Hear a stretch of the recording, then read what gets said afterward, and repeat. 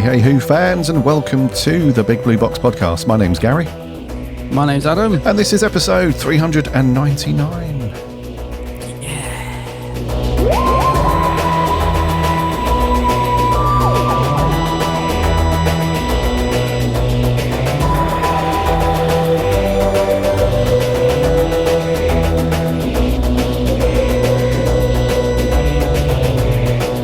Welcome to another episode, you lot. We hope you are keeping well and safe, and that you've all managed to do something Doctor Who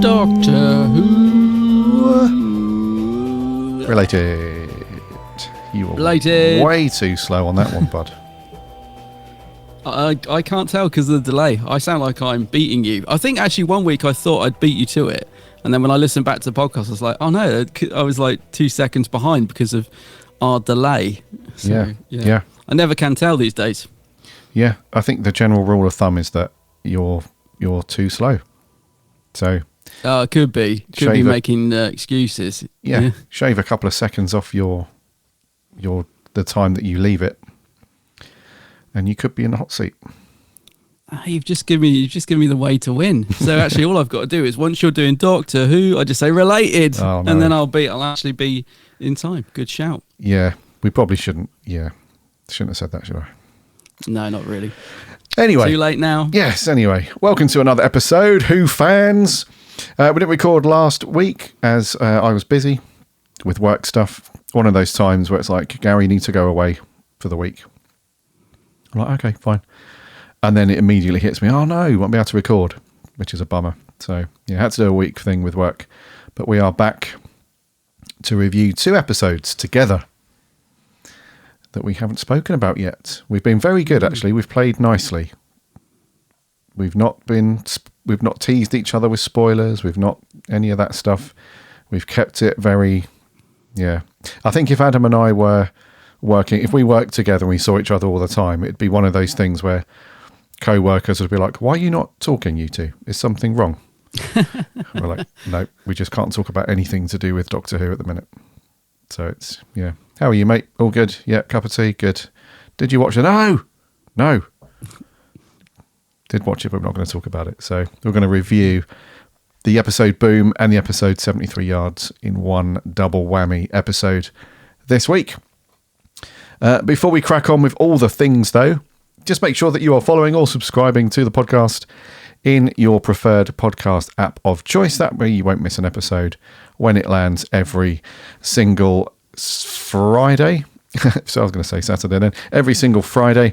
And you can do that whatever podcast app you listen to, whether it's Apple, Spotify, Amazon, all those things. We're on all the podcast apps. So make sure you go and do that. And also, if you are in an app where it gives you the ability to leave a review, that would be amazing if you did that. And thank you so much to all of the people that have left reviews and star ratings and kind words and all that stuff. It means a lot when we read those things. So thank you so much to those of you that have left reviews over the last decade. Sounds good to say that now. Over the last decade of doing the Big Blue Box, And you can also listen for free over on the website, which is bigblueboxpodcast.co.uk. And you can also link off to the socials that we're on. We typically use Twitter and Facebook and a bit of Instagram, so come and get involved over there as we chat Doctor Who throughout the week in between episodes, etc. And you can also read all of the cool reviews and articles and event roundups and all that stuff from our amazing writing team. So all that stuff is on the blog, on the website as well. And lastly, we have a very cool free Discord server. There's a link on the website. Hop in there and chat Doctor Who with plenty of other cool Who fans. And also lastly, etc. PS, don't forget to remember to check out my co-host channel on YouTube. It's called The Geek's Handbag. That's the one. Don't forget to remember to check it out. I've just dropped a new video as well, looking at some BBC books, so go and have a look at that. Very nice. And I'm on all the socials, of course. I love the Insta. Insta's my fave. Love Insta. Not TikTok. I don't chat on Insta though. That's why I like it. I just post pictures. It's one-way traffic for you, isn't it? On Insta. It's like, here's my cool stuff. Go and check it out. But don't talk to me. Have a look at it, but don't talk to me. Yeah. And you're definitely not on TikTok. That's fair to say. Yeah. Oh, I am on it. I just don't like it. It's just ridiculous. I can't use it. I still can't use it. I'm just an old man. Oh, it's a generational thing, right? TikTok for sure. Yep. I'll tell you, next time we're together in person, just get me to upload something on TikTok and just watch me trying to do the simplest thing like add music and cut the video, and you'll be in hysterics. Yeah. Because I get so frustrated. I'm like, why won't it? Oh, what's it doing? It sort of gets a life of its own, and I hate it. Oh, mate. So, yeah. No, I read you on that one, dude. Yep. But do go and check out Adam's stuff, though. On a serious note, it is very, very cool. The Geek's Handbag on YouTube and the socials. Yes. Is Blue Box on TikTok? I got a feeling I added you when I very first set up an account. Are you on it? Yes, we are. On it, I should say. Yes, we are on TikTok, but it's one of those things where it's, with anything to do with social media, you have to go all in or you don't really bother, you know? Yeah. And I don't think I have the time, to be honest, dude, to go all in on TikTok. I might dabble. I'm not sure yet, but we do have an account on there. Yeah, I don't know. Yeah, I thought I'd added you when I first set it up. Yeah. So check out the Blue Box on TikTok, because this is probably one video on there. There's 0 on there. Oh no! Yeah, you'll just see a lovely empty space with just our logo and the name. Oh, don't feel so bad about mine now. On the plus side, though, I do follow a few other content creators for Doctor Who on TikTok, so that's pretty cool to see that. I've just not done anything, in the other direction to put stuff out yet. Maybe. Who knows? Who knows? How have you been, bud? We haven't chatted on the old podcast for a couple of weeks. You done anything Doctor Who-y since you've been back in Blighty? Well, I've been blitzing through the behind the sofas on the season 15 set, but I may have said that last week because those are what I've sort of go straight to. But I watched the Graham Williams documentary on the last disc 2 nights ago, and I don't know if you've seen it yet. Have you? I have. Mm-hmm. Yeah, I think it's probably one of the best documentaries the Blu-ray sets have produced. I thought it was a fantastic documentary. Really fascinating insight to the producer, Graham Williams. I didn't know a lot about him at all, to be honest. In fact, I'm not sure a lot of people did, but unless people worked with him. But it's a really good documentary, beautifully shot, and it's quite heartbreaking, and it really... When I switched it off, mate, it stayed with me for a very long time afterwards. I don't really want to sort of go into it for anyone that hasn't watched it, but it's a very quite powerful documentary, I think, and it just makes you think about people and what they might be going through and stuff like that. So it's fantastic, but almost worth getting the set just for that documentary. It's superb. So yeah, I've been working my way through that, and I watched the Louise Jameson interview on there as well this week. I've been really, because I've now got the house to myself again, because my partner's gone back to America. I've had the TV to myself, so I've really been blitzing through that set, and it's a cracker. In fact, now I've sort of finished the documentaries, I'm sort of ready for them to announce the next set. I'm like, okay, guys, I've more or less finished this one now. Let's have an announcement, please, because I need some more. And it must be about time for an announcement, surely, for the next set. Yeah. I mean, I would say so. About now? Yeah. I thought so. Yeah. I mean, I was looking at the shelf the other day, mate, with the because I did a bit of not so long ago, I did a bit of a reshuffle and a reorganize of my all the Doctor Who DVDs and Blu-rays and whatnot. So I've got all of the Blu-ray box sets all nicely. Because some of them were like lying on top horizontally on some of the other ones before. And, it was a bit of a, just shove it on the shelf and I'll sort it out later. But I did sort them out a little while ago. And I was looking through, and there's actually been more releases than I thought we had for those classic box sets. For some reason, I thought how many have there been so far? It's like 12, 15 releases, something like that. We're about halfway through, aren't we? So it's 12 or 13, I think. Something, yeah. And I thought, wow, there's been a few more than what I thought had been released so far. So I think the struggle's always going to be those first couple of Doctors, right? That's going to be the struggle. So let's just get the other ones out immediately. Let's get the other, because I think there's a couple that if they release them now, that would complete. So McCoy's just missing one set, isn't it? We're just one for him. I can't wait for that when season 25 comes out. Can't wait for that one. That's going to be cool. So they've got some really cool ones that they could bring out.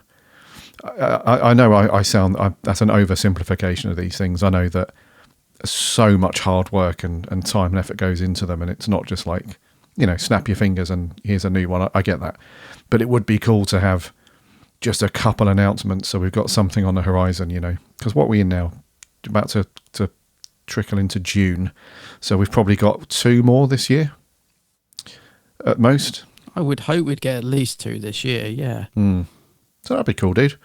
I'm just fascinated to see how they're going to do the Hartnell and Troughton stuff, whether they're just biding their time and just hoping that some lost eps turn up somewhere, and I don't know.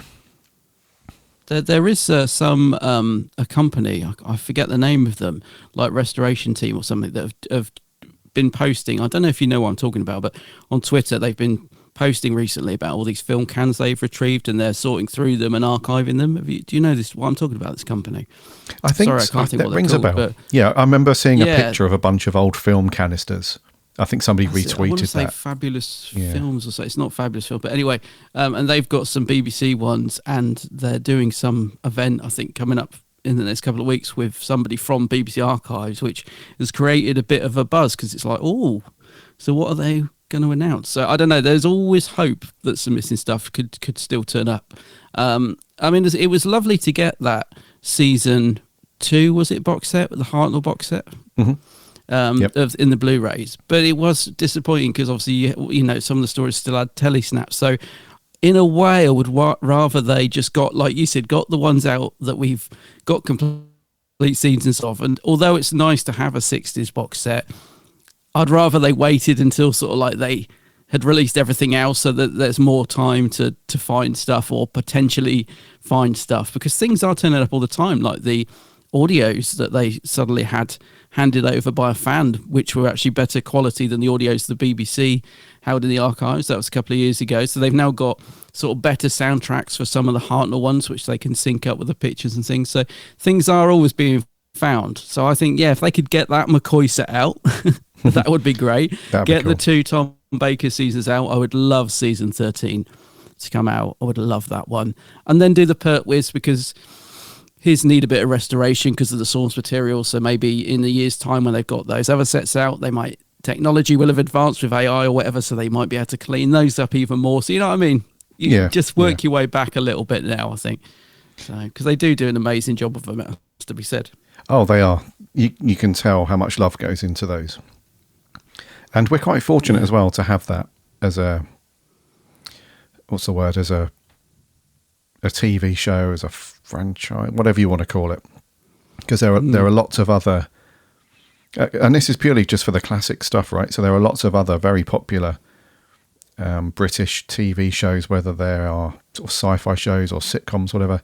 They don't get this treatment and this love. So, and this was kicking off before the whole Disney partnership thing and all that stuff. So I think we've been really. Sometimes it's difficult to have some context around all that stuff. We're very lucky and fortunate to have a team of people who have absolutely worked their beeps off to get the top dudes at the BBC to allow them to do it, and grab some money from somewhere, to get it done. So yeah, it's great. It would just be nice to have a little bit of a roadmap, I guess.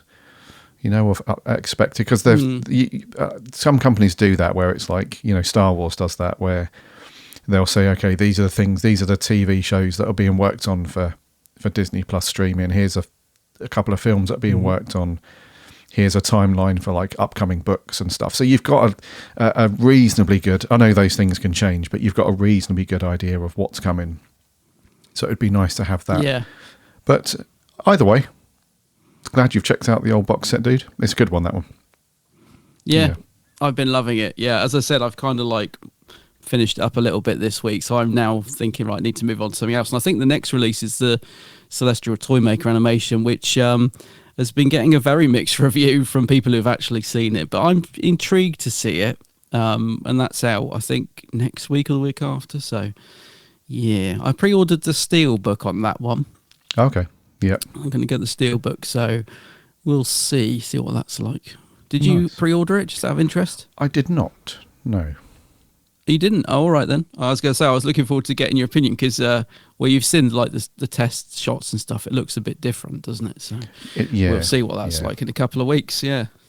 Why didn't I order? I think I spoke about it on one of the roundtable episodes a few months ago as to why I didn't pre-order. I can't remember. Oh, I think it was just out of all the things to spend money on for Doctor Who, it's probably one to pick up when it's on sale for me, when it's a little bit cheaper. Yep. Mm-hmm. I see what you mean. Yeah. So that's been me, dude. Have you been up to anything at all? Absolutely nothing, when mate. you're in London working, did you manage to nip into FP or anything? Nout. Absolutely nothing. Do you know what? You and I are very similar in this. Like if one of us are going to be in London, it's always a thing, isn't it? Do I have time to nip to Forbidden Planet?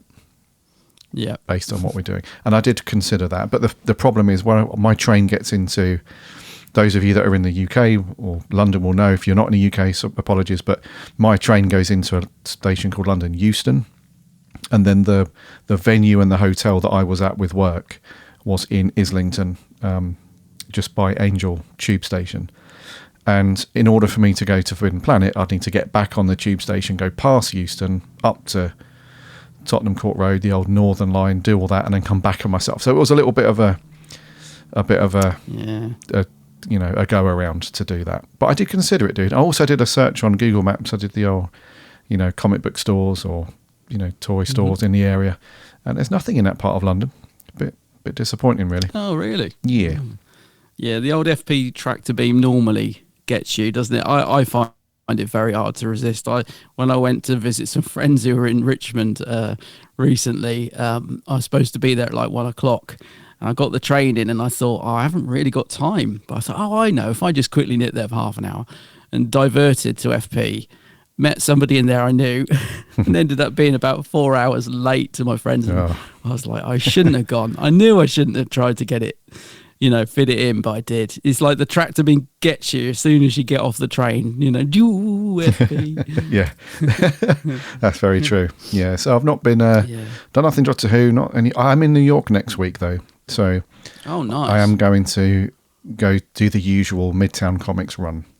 So I will see what the Doctor Who situation is in there. I've seen a few bits in there before the last few years.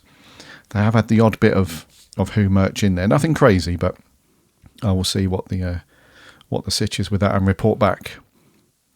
And put the feelers out. Like when you go in the comic shop, ask them like if they've been watching the series and what they think of it so far. Because that's what I love doing when I'm in the States. Is I chat to all the people in GameStop and Half Price Books and so, if they like, because I'm always wearing Doctor Who t-shirts, they'll be like, "Dad, who?" And I always just like to get the feelers. Like, are you excited for the series? Have you been watching it? What do you think is shooting? Just to get the feels of people on the other side of the pond, what they're making of it. And put the feelers out. Yeah, we'll do. Be our roving reporter in New York. That'd be great. Yes, yeah, well done. I might even do a TikTok, hey? And do a TikTok. Walk through Central Park, and do a TikTok. Yeah. Is it Central Park? Central Park. Why doesn't it?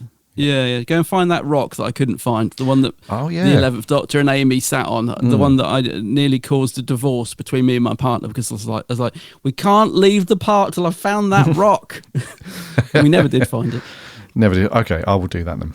It was literally going dark. I was like, where is this rock? There's quite a few rocks in Central Park. Yeah. And I think you found the bench though, right? The bench that he sits on and he's reading a book. And Did you find that? Yeah, I did. Park? And I Yeah. found the bridge that he runs across, and there was 1 million people on it. It drove me mad trying to get a photo on that bridge because it was just heaving. Mm-hmm. Yeah. I was like, other people? How dare other people come to the park when I want to get a photo on this bridge? Yeah. No, I read you, bud. All right, I'll have a look around for said rock and report back on that also. No problemos. Alrighty. So that's been us for the last week or two. And we should probably crack on and rattle through these reviews, dude, for the last couple of weeks. So let's kick off with Boom. So this was one that you and I were very much looking forward to based on our thoughts and reviews of the first 2 episodes.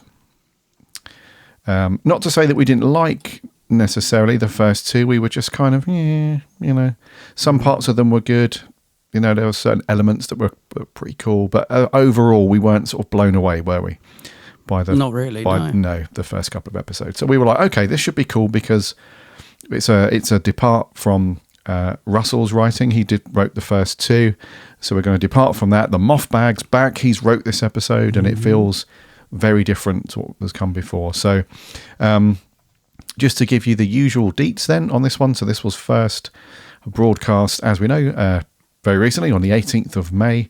It ran for just shy of 45 minutes. It was written by Stephen Moffat and directed by Julie Ann Robinson. Stars Ncuti Gatwa as the Doctor, obviously, Millie Gibson as Ruby Sunday, and a few other people there. And the synopsis for this one is: on Castarian 3, Anglican Marines fight an unseen foe.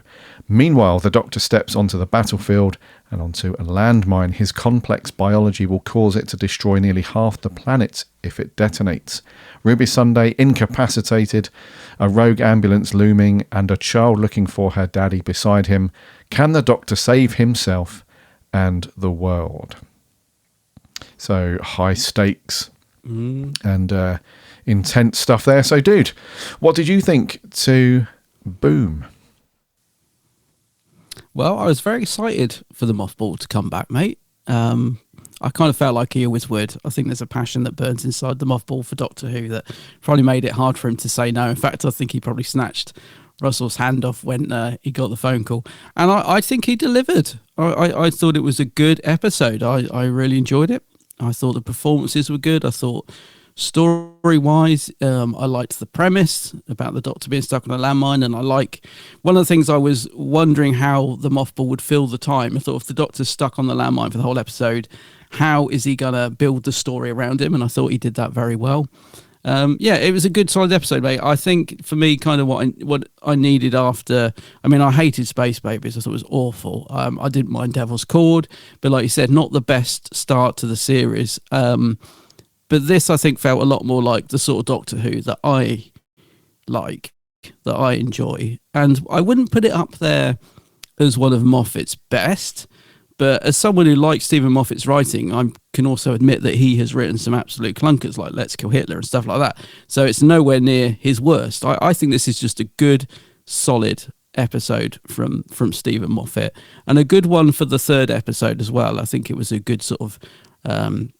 I was going to say midpoint to the series, but not quite. Do you know what I mean? So it's sort of, it was well placed in terms of where it was in the series.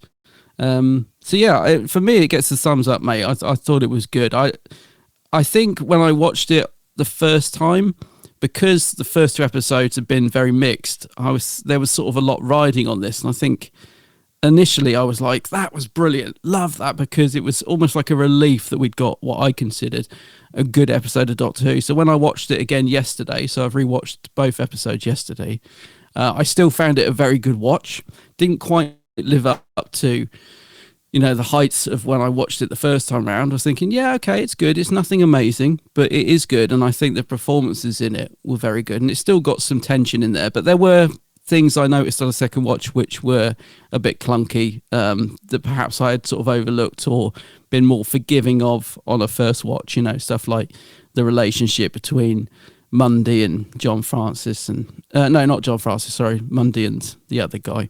There's a few things that didn't quite work, but overall, mate, I thought the Moth delivered. I thought it was a good, solid episode, and Doctor Who is a strange beast because it can be pretty much anything. So for me to say it felt more like a Doctor Who episode probably is the wrong thing to say. But by that, I mean, it felt more like the Doctor Who episodes that I sort of enjoy in terms of my taste for an episode. So, yeah, I thought it was good. I did think it was a good episode. You thought it was good? Cool. I did, yeah.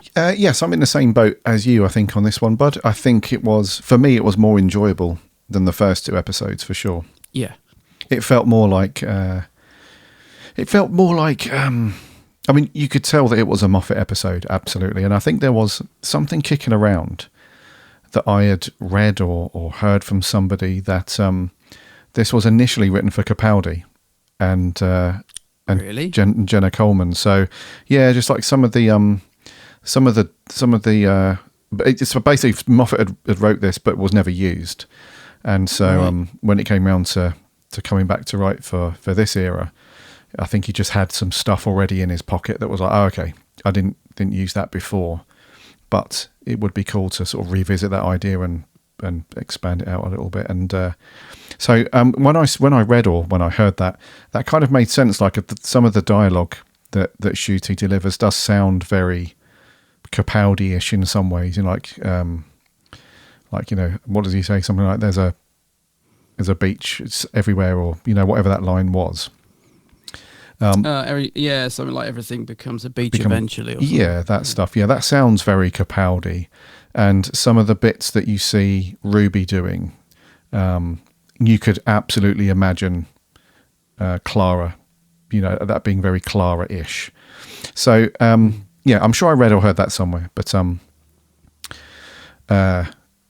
you know, it was a good episode for sure, and I did enjoy it more than the other 2. There was a couple of things in it that I felt were a bit like were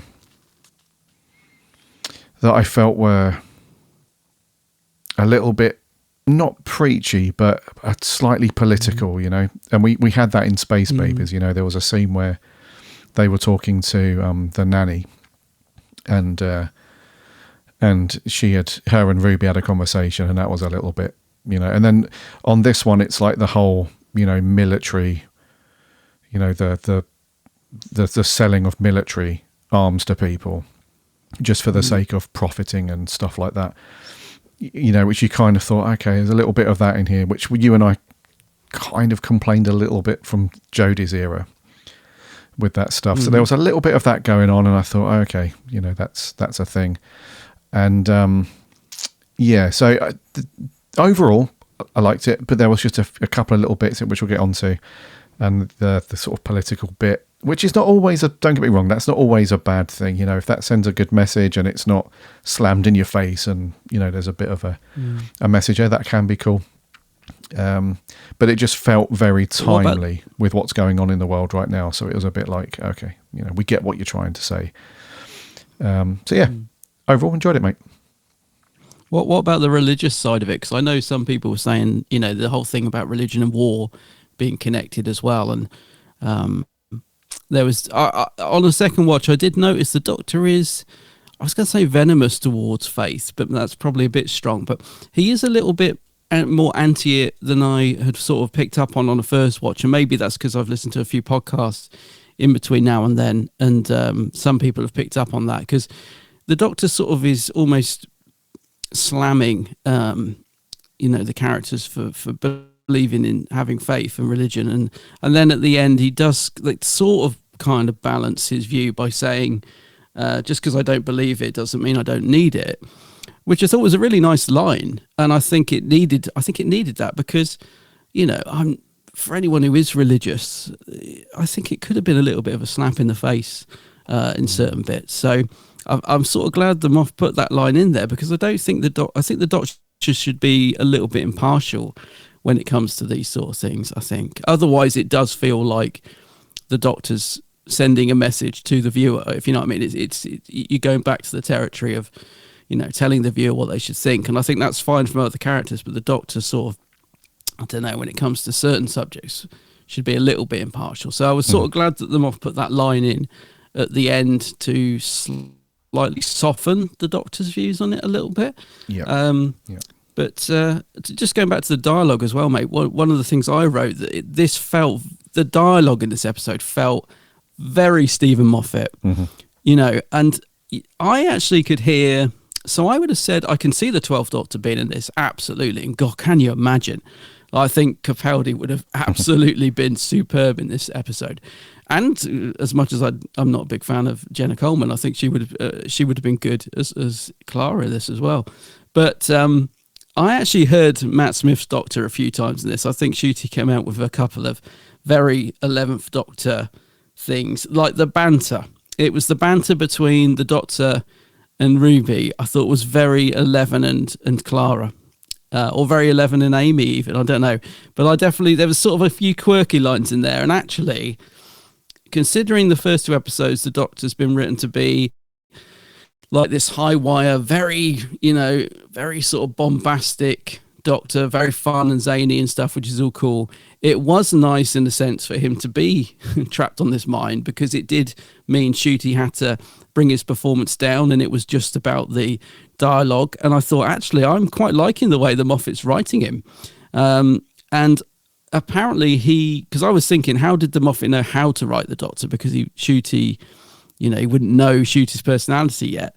And apparently he sort of based it on his audition tape. So I heard somebody say. So that's interesting that the Moffat saw this side of him in the Doctor. So I liked the way the Doctor's written. He did feel slightly different to the first two episodes, a little bit more serious, obviously because he's scared, because he's on a landmine. But I definitely heard a few sort of funny, quirky lines that I thought that could be the 11th Doctor saying that. So not, and I don't mean this as a negative at all. I think it just there was a lot of Moffatisms in the script, I felt like, but probably good Moffatisms. But then there was the odd clunky one, like the thing about the tattoo. Like, I haven't shown you my tattoo, wink, wink. And I'm like, oh, Moffat, come on. Stop being so blimmin' horny all the time. So there was still a couple of things in there I wouldn't say rolled my eyes, but it was like, oh, Moffat, you don't change sort of thing. But for the most part, mate, and that's probably one of the very few examples of the things that I would say was a bit of the bad side of Moffat. I think mostly we got the good side of Moffat, like his playing to his strengths and his quirky, fun dialogue and stuff. So yeah. But you could tell it was a Moffat script. I think. Yeah, I was going to say all the way through, it just felt like a Moffat script in a good way.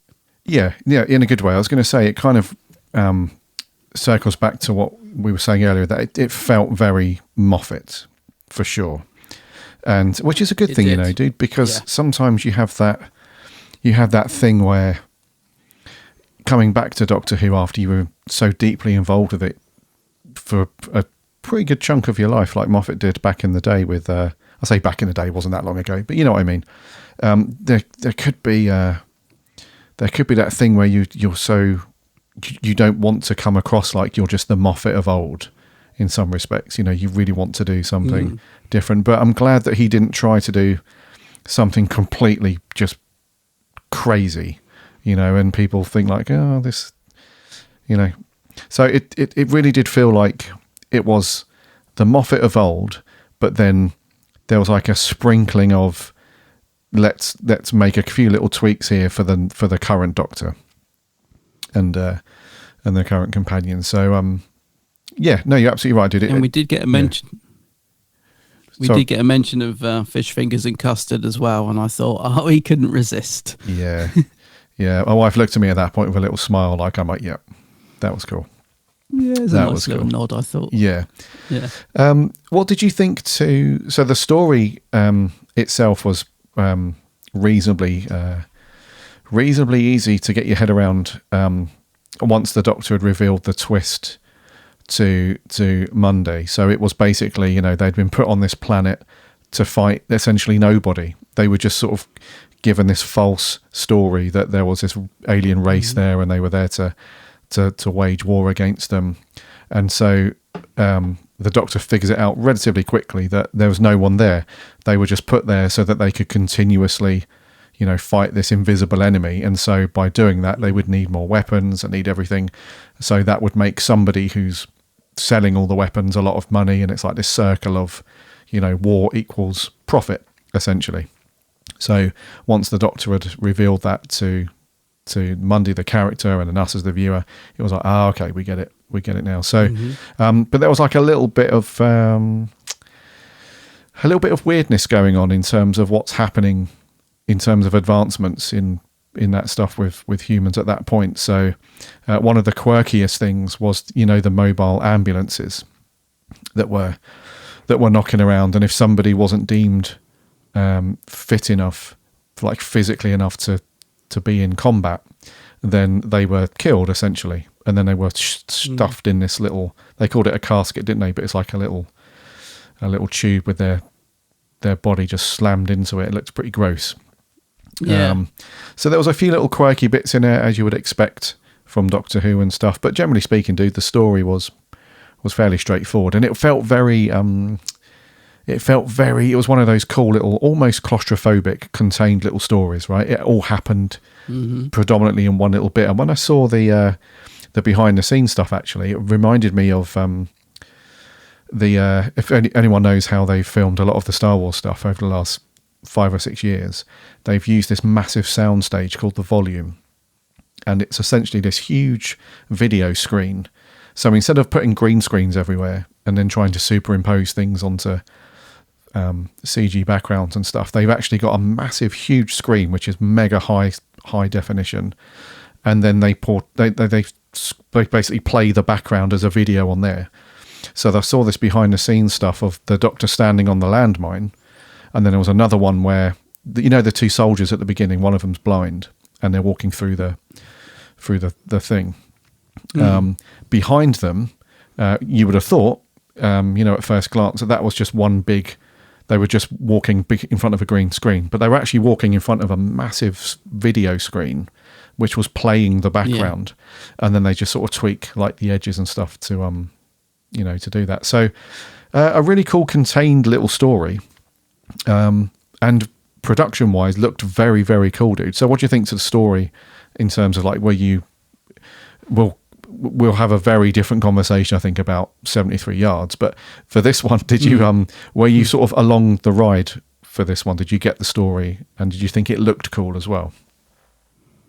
Yeah, so story-wise, I did, and I think when you get a very contained episode, I was worried that with him being stuck on the mine all the way through, pretty much, there's the chance the story could get boring, or you could sort of zone out. And that didn't happen. So I think that, as I said, I think Stephen Moffat did a good job of keeping things moving in the story and introducing characters and ideas, like you said about the casket, which keeps, when you die, you go into this gross looking casket, which projects a hologram and stuff. So I like the fact that he kept the story going. It wasn't just the Doctor just stood there talking, going, "Oh, get me off this mic." It could have got boring, and I think the Moffat kept the story rocking along quite nicely. So story-wise, and also, like you said, the actual plot to do with the ambulances, and it turns out they're fighting themselves on this, kind of interesting. So yeah, I overall decent. I thought it was good story, and I think it looked good as well. I wouldn't say it was amazing, mate, but the main reason I think I'm saying that is because of the behind-the-scenes programs we get now. I think when I'm watching it, I'm thinking, yeah, this looks good, but it doesn't. I don't know. I sort of, in a way, would prefer it to be in a quarry because it'd feel more gritty and realistic. Like, remember the quarry in Twice Upon a Time where they did the armistice stuff and they found like a real quarry and made it look like the war zone and stuff. And so I was thinking if it was sort of done like that and made really gritty and realistic, it might have had even more impact than it did. But that's not to say production values weren't good. They were. It looked very, very good as an episode. And I think if you were to go back in time and show someone from sort of the early 2000s this episode, they'd be blown away. They'd be like, "This is amazing. How is it done? Like, oh my God, are they really there? Like, is that flames?" But this thing of all the behind the scenes program just shows us so much of how they do things that my brain is just automatically telling me they're in front of a big screen, if you know what I mean, which just slightly takes just the slight edge off of the production values for me. Does that make sense? Because I am just sat there, instead of sitting there thinking this looks amazing, I'm sat there thinking, oh, this looks good. They're using one of those, what they call the big video screens. You know what I mean? My brain is automatically thinking that. as I'm watching the episode, rather than thinking, wow, this is cool. How are they doing this? Is this CGI? Do you know what I mean? So it did look good, though. Don't get me wrong. It did, as an episode, it did look good, and I liked all the sort of colours and the big sort of Saturn-like planet at the end. Looked very nice. So production-wise, yeah, you can see a bit of money went into it. Yeah, I guess as well. You know, you can't film everything on location because, of course, you get all the people coming to watch it being filmed, and then spoilers get out and blah blah blah. So yeah, but overall, mate, yeah, story good, production value's good. Yeah, definitely what Moffat wrote on the page definitely got delivered on screen, which is not always the case. You know, I think it translated well from script to screen. Yes, agreed. Yeah, it looked great, and yeah, story wise, it was quite depressing after a while, though. It wasn't one of those. Yeah, it wasn't one of those stories where it was. And I get you can't do that in every single episode, but some of them are quite uplifting, and it's very cool. Other ones are a bit like this one, where it's a bit kind of there's a darkness to it, and there's a little bit of a because you can see the Doctor. We'll get onto Shooty's performance in just a second, but you can see that the Doctor is absolutely. He cries a lot, this Doctor, doesn't he? Harry, one of our writers, pointed this out on the round table that went out last night, that he just seems to, he's very emotionally connected to what's going on around him. So when he sees, the little girl who's looking for her dad, and then later on when he's trying to explain to Mundy what's going on, like trying to explain to her the bigger picture, and then when the guy gets killed, Mundy's about to tell him that she loves him and all that stuff. He's crying a lot, so you can see that there's some real sort of horrific things going on, and so by the end of the episode you're left a little bit like, that was a pretty cool episode of Doctor Who, but I need to go and watch some cartoons now or something, or I need to go and I don't know, like go and just ask somebody for a little hug and a smile. Cleanse the palate. Yeah. So story-wise, fairly good, but just a little bit like, I feel quite down now. In regards to the Doctor crying as well, I don't really have a problem with the Doctor being a more emotional character, because each Doctor should have their own personality. But I don't think the Doctor should have been crying, mate. And the reason I say that is because I wonder if Stephen put that into the script to show how scared the Doctor was. But Ncuti sold being scared just by his acting and facial expressions. It didn't need the added layer of tears to tell me that the Doctor was terrified. Ncuti was already selling that to me, because I think his performance was really good, and we will get to Ncuti in a minute in his performance. But having him cry all the time just made me think it actually takes something away from the Doctor, because I think of that lovely scene with the 11th Doctor where he goes to see Amy and Rory, and they invite him in for Christmas dinner, and he gets this single trickle of a tear, and the Doctor wipes it away almost like, oh my God, I'm crying. Oh yeah. And that's so much more impactful, because it's obviously unusual for the Doctor to cry. And I just think that has so much more power to the scene and the Doctor's character than having him stand there with tears rolling down his eyes, if you see what I mean. It sort of slightly weakens the character a little bit. I don't know, or takes away a bit of the alienness about him, because that's probably what a human would do, stand on mine and be crying their eyes out thinking, oh my God, I'm about to be blown to bits. So I think Moffat put it in there because he thought he needed to show how scared the Doctor was, but I think he should have had a bit more, he should have realised that Ncuti would be able to sell it without that. He should have had a bit more confidence in Ncuti as a performer to show that he was going to look terrified anyway. Because I just think it did detract a little, and I don't think it needed it. Is what I'm saying. I agree. No, I agree, dude. No, Can I just say, while I remember as well, mate, because I might forget this, one thing I thought on a first watch and on a second watch was, where was the Doctor's Sonic? He's never without it, right? So you could say that he couldn't move to reach it into his pocket, or you could explain it away. He's left it in the TARDIS. He doesn't want to send Millie back to get it because she might tread on the mind.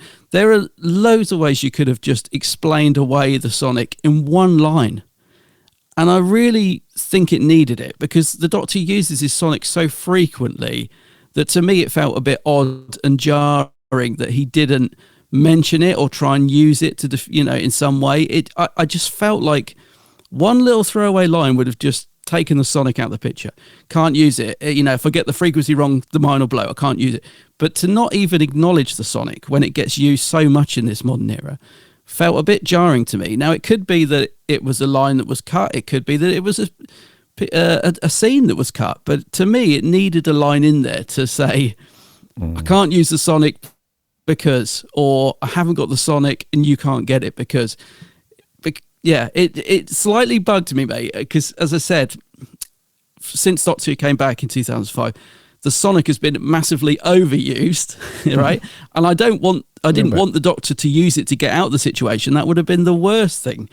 But I wanted a line in there to explain why he didn't use it, because of the fact that he always blimmin' uses it. Do you know what I mean? Yeah, no, I read you. Yeah, it's an interesting one. I think they just try to really hammer home the concept of. I know you said that you could write that around that very quickly and easily, but I think it was just more to hammer home. One line. Yeah, the fact that he literally couldn't almost breathe, let alone move or do anything. So, yeah, but they could have done. Yeah, potentially. But like you said, we would have complained then, because it'd have been like, the whole appeal of this episode is the Doctor not being able to do anything physically, and that was what Moffat had said in the little preview clip that went out on. Yes. He said, we're taking away the Doctor's ability to do that one thing that he does so well, or he relies on, which is to be able to run. It's that famous, running away and running down corridors and stuff. Boy, yeah. Yeah. So I think it was just to really hammer home that, yes, potentially in another, in a universe somewhere where another version of Moffat's writing this story, halfway through he uses the Sonic and disables the mine and off he goes. But yeah, I mean, don't get me wrong, I didn't want him to use it. I just wanted a line to explain why he wasn't even going to attempt to use it, because he always does. I mean, there are stories where he would have just walked out, got the Sonic, and then the story would have carried on. So I just wanted something in there to explain away why he wasn't even attempting to use it. Yeah, no, Reggie. Yeah. Okay, so let's talk about some performances quickly then. Oh, before that, we've got this thing rolling along still, haven't we, with each episode, where this same actress, Susan Twist, is popping up, and she plays the ambulance character on the screen in this one. So that's another little piece of the jigsaw puzzle, dude, that we're slowly building up as the series goes on. So, yeah, old Twisty. Yeah, now, interesting, isn't it? Because obviously this is the most we've seen of her in an episode. And she's just been announced for London Film and Comic Con, Susan Twist. And she's £25, which is more expensive than some of the other people there. So I'm thinking, until Doctor Who, not to be rude to the actor, I'd never heard of her. So I'm thinking for her to be that price suggests she could turn out to be I'm assuming she's going to turn out to be something quite important in the series for her to be able to charge that for an auto. So I don't know if it just turned, because Russell said on one of the what's it called, Unleashed, that they were short of actors and they just used her over and over, which is I'm really hoping is a lie. Like, if we get to the end of the series and she's not something, I'll be really disappointed, to be honest with you, because I love this intrigue around her character popping up. So I'm hoping Russell's lying on Unleashed, because if it is a case of, we were just short of actors, so we used her in every story, I'm not going to lie, mate, I'm going to be really peeved. I'm going to be pretty disappointed. Yeah, yeah. There is a potentially a massive theory about who that character is, and I'm not sure whether to say it or not, because it would be a huge spoiler. I've seen it on Twitter a few times, and somebody popped it in our Discord server as well. So I'm not sure whether to say it, because if it does come to fruition, it would be a massive spoiler. All right, so put your fingers in your ears. Well, we could tell listeners. I was going to say, put your fingers in your ears, but how will they know when to take them out? Going to sound a large klaxon. Yeah, this will take me about 8 seconds to read it. So in about 15 seconds, I'll give you the countdown. In about 15 seconds, take your fingers out your ears, or skip forward 15 seconds. Say 3, 2, 1. Susan Twist is going to play somebody called Susan Triad in the 2-part finale. How does the name Susan Triad fit into all of this? Well, she's the CEO of a tech company, and what do you get when you put Sue and tech together? That's all I'm going to say. Welcome back, listeners, to the episode. Oh, okay. That's interesting. A character I'd love to see return. That's all I'm going to say on that. Yes. So that could be a thing. Who knows? We'll have to wait and see. But it's definitely more than... So I think Russell's being very clever there. It's absolutely more than just, oh, it's a coincidence that she's in a few episodes. Running short on actors. Potentially the biggest program that's going to come out of Bad Wolf Studios after the whole... What was the other series that they did a couple of years ago? His Dark Materials, was it? Oh, yeah. So now Doctor Who's obviously like the big tentpole thing that they're doing, the biggest thing out of the BBC in this genre, and also Disney Plus. And you're telling me that they're running out of actors to start, even if it's just extras. Come on, Russell. Come on. Pull the other one. Come on, mate. As always, we know he's listening. So, Russell, nice try, dude. Nice try on that one. But she's definitely more than just a coinky-dink, I think it's fair to say, dude. And it was cool to see her on the front of the ambulance, wasn't it? They reminded me of that thing from the Sixth Doctor. You know, the first story in Trial of a Time Lord? There's those weird... I can't remember what they were. Robot things. And it reminded me of one of those. And I thought, it's a pretty cool idea, actually. I liked it when she was tripping out as well. When Ruby got shot and it was cracking up, it couldn't find her, next to kin and stuff. That moment when Ruby got shot actually made me gasp. Physically, I went, I guess you could have seen it coming a mile off, but it did make me go, oh no. I knew she wasn't going to die. I'm like, come on, Ad. It's only episode 3. She's not going to die.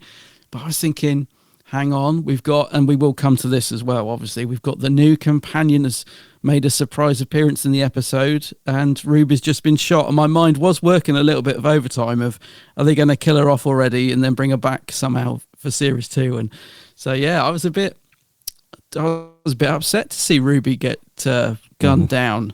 Yeah, it was a bit of a shock moment.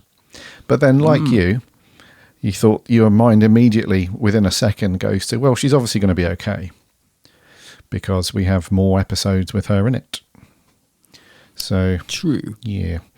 What did you think, as I've mentioned it, what did you think of Varada Sethu, is that her name? The new companion, or Setu, turning up, doing a bit of a Souffle Girl Clara thing of making a surprise appearance in the episode, because she is the new companion in series 2, I'm led to believe. So she's here playing a character called Mundy Flynn. Where is Russell coming up with these names? So Varada Sethu, I think, is that how you're saying it? I'm not sure if the H is silent, if it's Setu or Sethu. But yeah, she, she was pretty cool, I have to say. It wasn't... to be fair, I wasn't really looking for it, mate, if I'm honest with you. I managed to sort of lock my head away from thinking she's a future companion.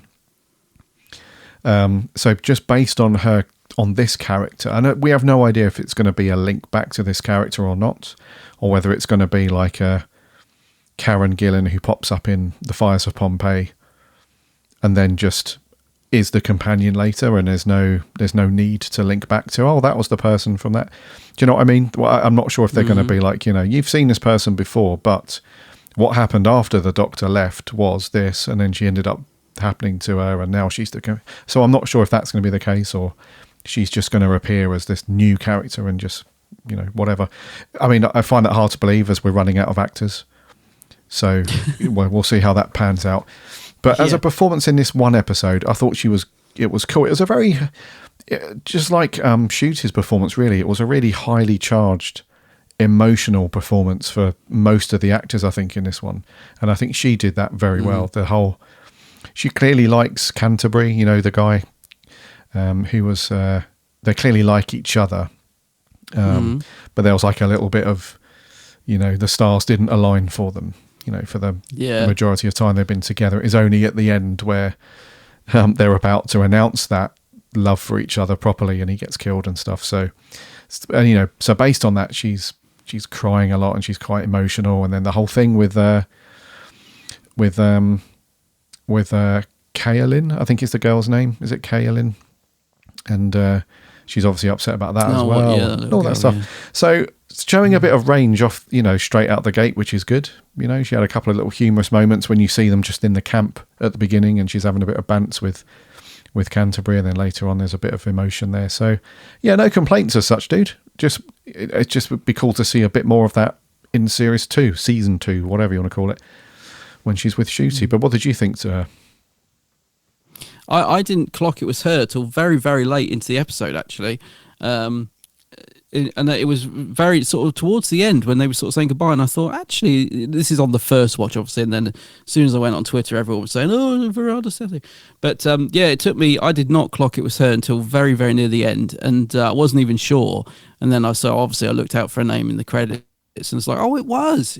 So I was quite excited about that. So on a second watch, I paid more attention to her, you know, bearing in mind that she is going to be, you know, the new companion in the next series. So I thought her performance was fine, but I didn't like the character. I thought, not that I didn't like the character. I think the character absolutely suited this story, but I can't imagine Mundy Flynn being the Doctor's companion. Does that make sense? So as a new companion, I thought, well, no, that's not the right character. So I'm hoping she'll play someone different in series 2, but I hope there's a reason why she's in this, and it's not a sort of Karen Gillan. Was it Fires of Pompeii that she was in or something? Well, they just don't explain it or whatever. But yeah, I'm hoping there's a reason she was in it, but I don't really think this character is who I want to see as the new companion, because the interesting thing when I was watching it yesterday for the second time was thinking we've got both companions in the same episode. So I'm looking at Millie Gibson and Verada Sethu and sort of maybe unfairly comparing the two, thinking, well, we've got both companions here. And we haven't spoke about Millie yet, so not to give too much away, but I'm just loving her as Ruby Sunday. So I was thinking you've got some big shoes to fill, Verada, already, I think, anyway, personally. Yeah, but I like her. I think, I'm looking forward to seeing it, but I don't think I want it to be the same character, mate, to be honest. Yeah, that makes sense, bud. Yeah. What did you think too? So just very quickly, we had a couple of people that were played slightly smaller roles. So you had the daughter to John Francis Vater, who was played by Joe Anderson. He was the blind soldier at the beginning who was walking through the battlefield with I think a guy called Carson, I think was the other guy. And so those two were, they played like the beaten up soldiers who were sort of making their way through the battlefield pretty well as expected. But then the character Splice, the girl played by Kaelin Springle. Yeah, what a terrible name. Yeah, Splice. And so she was not too bad. The only thing I would say is that she seemed to get over her father's death very quickly for a child. Not everyone's the same, of course, but I'm just talking in broad strokes here. It's normally, you need a bit of a mature mind to sort of get your mindset into that. I've just lost one of my parents, and then within the space of minutes, you're like, it's all going to be fine. So I get that there was also the religious aspect of it, like you mentioned earlier, that's been drummed into, the people at this point, and she's very aware that, because of that religious education as she's grown up, she feels a bit of comfort there because she's like, don't worry, I'll be with my dad at some point again from that perspective. So I get it. But so her performance was okay. I wasn't sort of blown away, which is often the case with child actors in Doctor Who, let's be honest. But she was okay. And those guys on the battlefield as well, not too bad. And then the other guy that got killed, his full character name, very English posh name, Canterbury James Oliphant, very British name there, played by Bav Joshi.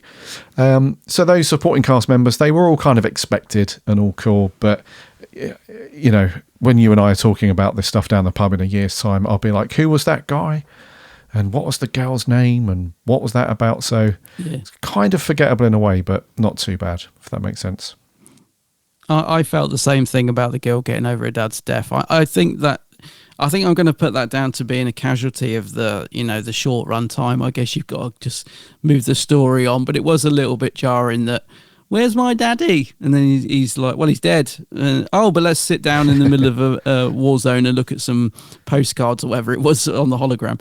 So yeah, it was a little bit clunky that, but as I said, I think it's just a case of, we haven't got time to have a 10-minute scene of her crying, So, but acting wise, I think the actual supporting cast were fairly decent. I mean, sorry to say, Splice, a little bit irritating, but that's just child actors, isn't it? She wasn't the worst. We've seen worst, Archie and whatever you're called. She was all right. But the supporting cast I thought were pretty good. I mean, the guy who plays John Francis, her dad, although he was a hologram for most of his scenes, he was pretty cool at the end when he sort of manages to get into the computer and sort of save the day and everything. I thought, he's all right. Mm-hmm. Yeah, same. Yeah, he sort of came good in the end, didn't he? The interesting concept around having an AI version of yourself after you've died, which they kind of, I think Moffat kind of, not necessarily, what's the way to describe this? Didn't really commit fully to having a proper AI version of yourself after your death. Because he did this thing, didn't he, where it's like, well, they're kind of an AI version. It's mostly the person you remember, but there's like little elements of it that are not quite there, which I thought was a little bit like, come on, you either commit and they are a proper full-on AI, or they're not. It seems very weird as a pure binary thing with any kind of technology or computers. You have this sort of halfway house where it's like, it's either that or it's not to me. So that was kind of weird in that respect, but he kind of came good in the end, didn't he? He managed to infiltrate sort of the network and planted himself as a kind of virus, I guess, and take everything out, which is kind of cool. So, all right, the whole dad to dad thing as well from the Doctor. Dad to dad, true. Dust to dust, and all that sort of stuff. Yeah, and dude, it was that sort of stuff, that I had Capaldi in my head as well when he was saying that stuff. But anyway, you mentioned Millie Gibson then as Ruby. You're loving her. She had when she wasn't, injured on the floor doing nothing, especially in the first 10 minutes, she was really good. I'm really liking Millie Gibson, dude. She's really good. Yeah, I mean, we'll probably get more into Millie in the next one, 73 Yards, because obviously she carries that episode pretty much. But yeah, I'm loving Millie already. Her performance is very, very natural, I think. I think I'm going to leave my thoughts on Millie really till the next episode. But just to say, I thought she was very good in this one. I think she's instantly likable as the companion. Just very, very sweet, but also very... She's written to be very strong, like the bit where the Doctor was telling her to back off when she was like, I'm not going to throw you the, whatever it was, the hologram thing. I'm going to give it to you. And he's like, no, and all this stuff. And there was a 11 line in there somewhere where he said, I'm going to be very cross with you for the rest or something. But anyway, very strongly written. And I think Millie's doing a fantastic job bringing the character to life.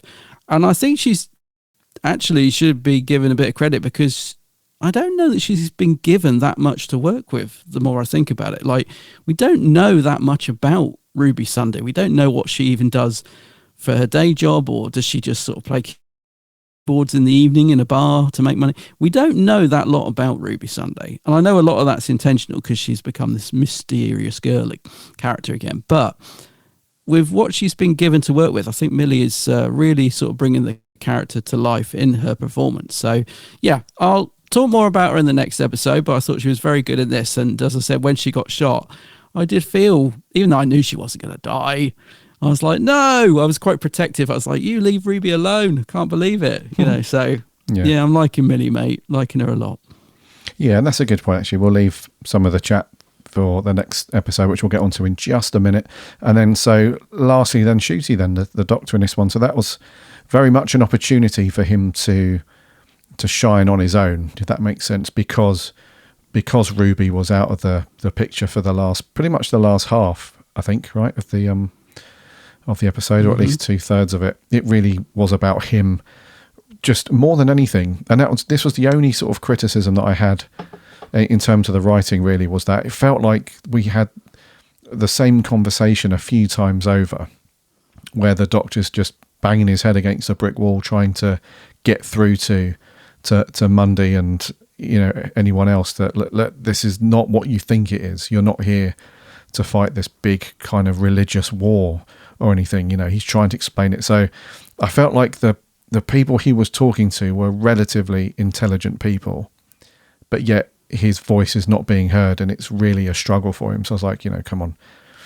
It felt like we sort of, as is the case with a few Moffat episodes, it's like you're kind of beating the same drum, throughout the episode a little bit. But so other than the tears running down his face quite a lot and that sort of thing, he was great in this one, dude. I just like he has been really since the beginning. There's something about him which is just, you're just drawn to him. He's got this energy about him, and he's very cool. So yeah, and also like some of the other actors, loads of range in this one. There's a few bits where he's hopping up and down, especially at the end when he comes off the mine and he's leaping around and he's happy and laughing versus the crying stuff. So another great one, I think, dude, for Ncuti. I'm a bit like Millie. I'm really liking him as the old Doctor.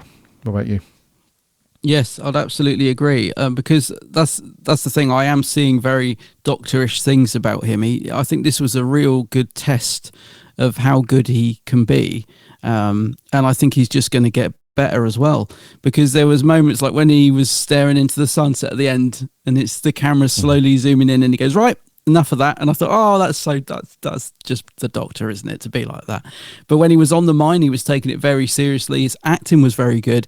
You can't underestimate, the performance on a scene like that, mate, because they have, for this episode to work, the actor has to sell those scenes when they're looking scared. And believe me, it's not as easy as it looks. You get the wrong actor on there and they're not quite hitting the mark, because he had some quite comedic lines to throw out whilst in the middle of the drama as well, which he did brilliantly. So he went from, this is what we love in the Doctor, right? Where they can go from being really intense to giving you a line that makes you smile to back to being intense. Ncuti did that ever so well in this episode. So you've got to give him credit for that.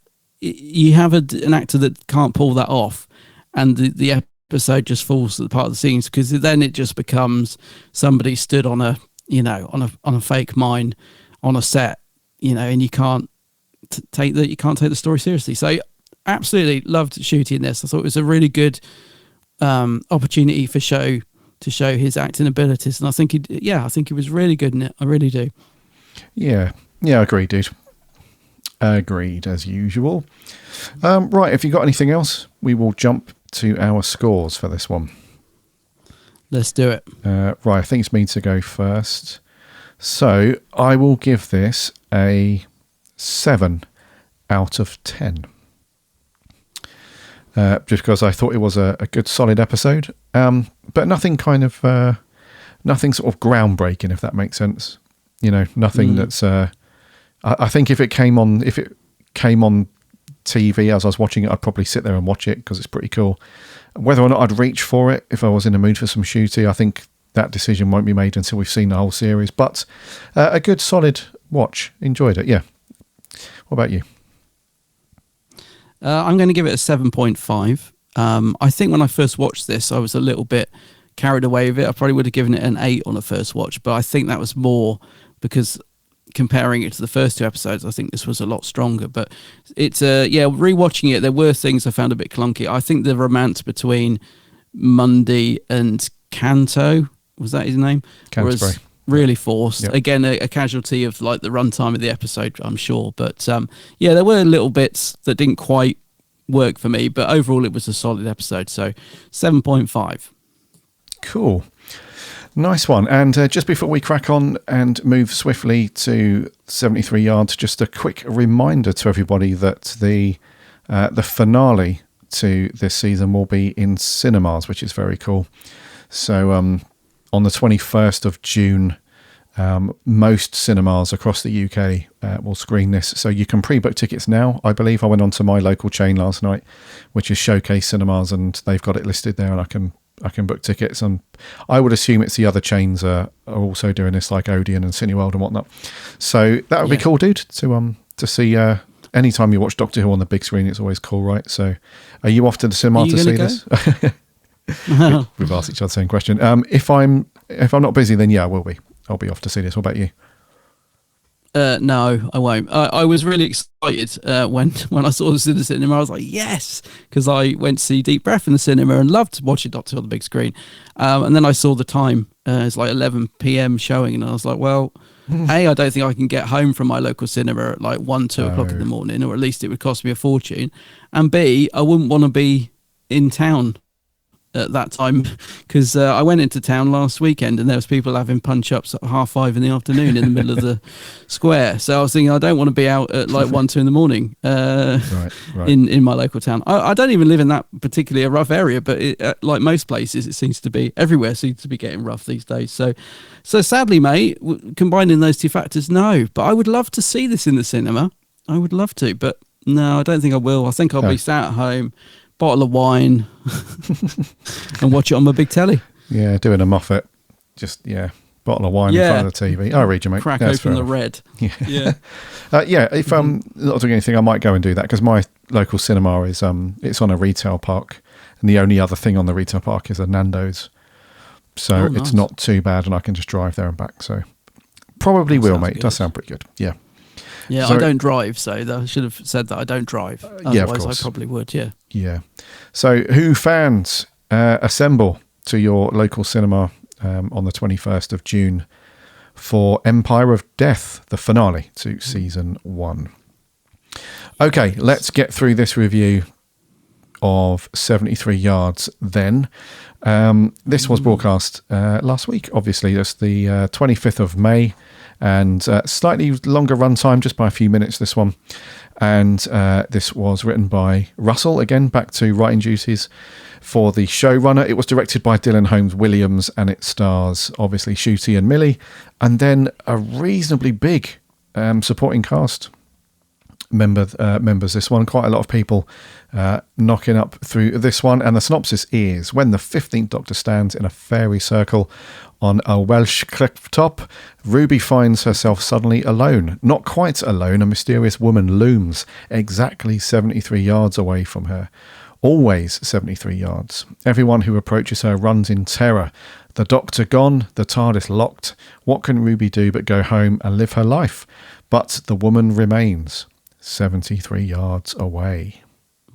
So a creepy synopsis, dude, for a creepy episode. What are your thoughts on this one?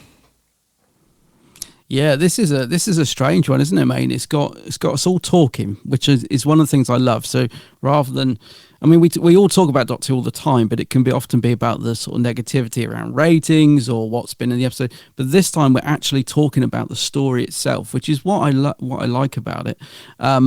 On a first watch, mate, I watched this at midnight. Actually, I just happened to be up, and I thought, right, I'm going to whack it on the old iPlayer. It's midnight. I was so engrossed in this episode on a first watch. I was loving it. I was thinking, my God, this is by far the best episode of the series. Even though the Doctor's vanished after the first 30 seconds, Millie is being so good in this episode, and I loved all the creepiness about it.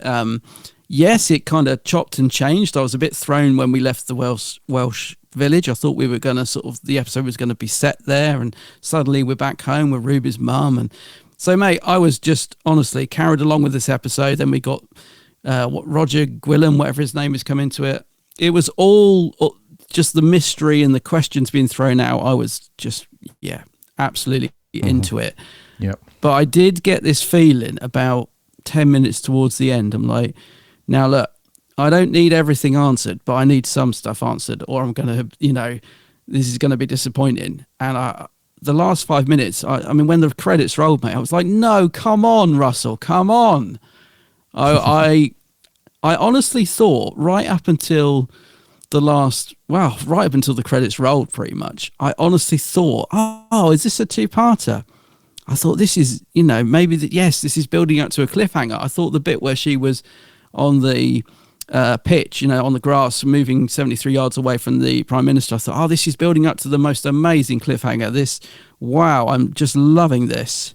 Mm-hmm. And then, the episode just kind of reset. And there's nothing I hate more, really, than just a reset. And I thought, okay, it's now 1 a.m. I'm not sure what I made of that episode. I'm sure on a rewatch I'll understand more, and a little bit sad to say, really, but I laid in bed thinking about it, trying to sort of piece together stuff. And the more I thought about it, the more the episode kind of unraveled, and I was getting a bit distressed because I was like, no, it was good, but hang on, what was the woman saying, and what on earth could she have said to make her mum get in a taxi? And I don't know. Anyway, to sort of cut to the chase, I watched it again yesterday, and I still enjoyed it for the most part, mate, but it didn't hold together as well. Like all that excitement and adrenaline that I'd had on a first watch of all the mystery building, knowing that it just comes to nothing and almost makes the episode feel like it inconsequential, like it doesn't matter, sort of took the edge off a bit on a second watch. Mm-hmm. So I liked it, mate. I still think this is a good episode. I love the fact it throws out lots of questions. I don't need everything answered, but I think if you can fill in your own answers to make a story make sense, then it works a lot better. I feel like there are questions in this that I can't find answers for, so therefore it just frustrates me as an episode. Does that make sense? Yeah, of course. Yep. Yeah. Yep. So overall I enjoyed it, mate, but I'm also left terribly frustrated by it. And I don't know if we're going to get answers later on in the series or if that is just it. But I feel like the last 5 minutes really let it down for me. But I still think overall I enjoyed it. Over to you. What do you reckon? Oh, cool. So, so I'm like 80-20 on this one. 80% of me absolutely loves it. Like I'm really here for... I'm into the whole creepy, scary Doctor Who stuff. I always have been. I love it when episodes are really scary. I just think that every now and then Doctor Who needs to do that. It really needs to remind the audience, both newcomers and long-time fans, that Doctor Who needs to be scary from time to time. It really needs to hold up to the whole, hiding behind the sofa slogan that's been... battered around for years now. So I that sort of stuff I absolutely love, and this was very creepy. Like there were moments throughout the episode where it was just there was a bit where me and my wife were watching this one, and about halfway through my wife turned to me and she was like, I really, really want to carry on watching, but I really want a cup of tea at the same time. So and I need to go to the toilet. So can you pause it? And bearing in mind, my wife hasn't done that, with Doctor Who in years. Like not since watching the Tennant stuff, donkeys years ago, where she's been. It's like if this was a Capaldi episode or a Jodie was anything like that, she wouldn't have even been here watching it with me, let alone asking me to pause it. So she was like, "Oh, can you pause it?" And I need to go for a wee, and and we'll make a cup of tea and we'll carry on. So. And it was at the most moments where we looked at each other was like the very creepy, because my wife's a massive scaredy cat. She doesn't do horror films. She doesn't do anything like that. Things like that scare her really easily. So she just doesn't do it. So for her, this was a really scary one. And I must admit, mate, there were a couple of times where I was like, yeah, this is really creepy. So 80% of me loved it for that aspect of it. I thought it was very mysterious. It was intriguing. It was scary at times, really cool. And then the 20% of me was like, I have absolutely no idea what just happened, why that happened. And more to the point, I mean, there was a couple of things where we will never get the answer to. Russell has stated that explicitly. Like he was asked in an interview, what was the thing that the old woman was saying to people to make them just disappear in fear and just run away? And he said, you will never find out. I will never tell you. He said, that's one of the things that you will have to discuss amongst yourselves and have your own feelings on it and your own thoughts. That's never going to be revealed. So that's helpful. And so, yeah, there are a couple of things. It's like, wow, that was a mind melter. and we're never going to know the answer to a couple of things. So on one hand, that's very cool because it will just keep the community talking about it for years to come. On the other hand, it's a bit like there's part of me that needs to know. It absolutely needs to know. So yeah, I love this one, dude. There was a part of me that thought it should have stayed with the whole folklore thing a bit longer. I really like that opening 20 minutes where we have the fairy circle and stuff, and I love the Welshness of it, with somebody who's half Welsh and having, seeing like Welsh names and Welsh pubs and stuff and all that stuff. I loved all that stuff, and not to beat the sort of patriotic drum or anything, but Wales is a land of mystery and a long history of bloodshed and all that stuff, so it plays into that stuff really well. I love how Russell, obviously as a Welshman himself, how he played into that. It was the setup for it was really cool. But I would just love to have seen more, like the scene at the beginning where she goes into the pub and you have the locals who are sat around and they're winding her up a little bit, and she's a bit scared still, and then there was that whole scene where everything went quiet and they were really sort of winding her up big time, where they were talking about the dangerousness of fairy circles, and at the end they all just start falling about laughing. They're like, "What's the matter with you, girl? You just walked through a bit of cotton, it's all fine." But that reminded me a lot of if there are any horror fans watching, you've probably seen this, mate, many moons ago. You remember the old An American Werewolf in London movie? I don't know if you've ever seen that. Oh, yeah. There's a scene at the beginning where the two dudes are backpacking across, I think it's the Yorkshire Moors somewhere, and they go into this pub and it's full of locals, and they start asking questions about what I think there's like a 5-pointed star above the bar or something, and then the guy misses the dartboard and the whole pub goes quiet, and they're like, "What's going on? This is like creepy local stuff." But I wish there was a bit more of that, before we move into the rest of the story where Ruby goes back to London and then she grows up a bit and 20 years later and all that stuff. So that was cool, mate. Overall, thought it was a great episode, just a mind melter and a scary one more than anything. But I assume that you have got questions and things that you're not happy about because there's no resolve to a few of those things. I think the thing that's sort of bugging me the most, because as I said, I think a lot of things you can find answers for. So in other words, you can sort of put a piece of the puzzle in yourself that makes it work. And I think as long as you can do that, it's nice to have stuff left open to interpretation, because you think, yeah, if it was that would explain it, but we'll never know. And I think that's good enough. But the thing I can't find an answer for is what made her mum get in the taxi. So that makes me want to know what the woman said. I think any of the other characters I probably wouldn't be too bothered about. Like, I wouldn't want to know what the old Ruby had said to make them run away, because I think it would be great to leave that as a mystery. But I can't think of anything in my head that would make her abandon Ruby in the harsh way that she does. And I think that slightly irks me when I watch the episode. I think I'm coming around to it though, mate, because I don't really want the answer to that question.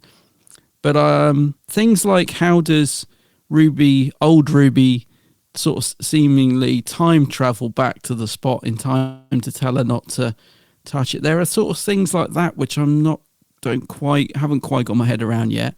Again, it might be explained later.